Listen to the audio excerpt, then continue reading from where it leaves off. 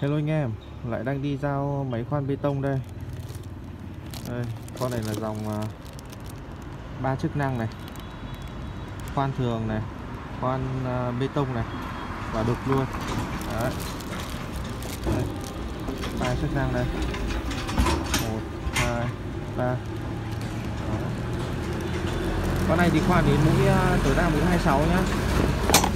Đây đang tặng thêm cho anh em ít mũi khoan bê tông. Rồi, cảm ơn anh em đã đặt hàng nhá.